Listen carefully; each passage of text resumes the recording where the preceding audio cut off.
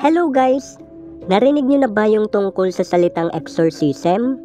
Kung hindi pa, tara pag-usapan natin habang ilinilibot ko kayo dito sa plaza.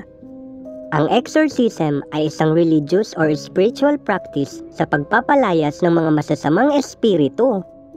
Mayroong dalawang uri ng exorcisms sa Catholic Church, ang private exorcism at ang solemn exorcism.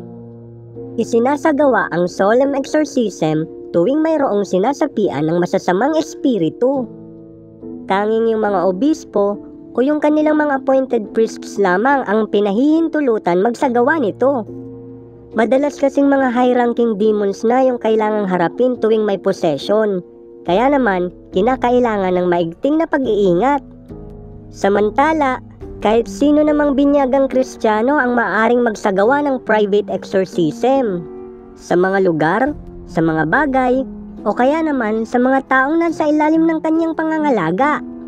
Pero paalala pa rin ng mga Catholic exorcist priests bago magsagawa ng private exorcism ay dapat nasa state of grace ka para na rin maiwasan yung diabolical retaliation.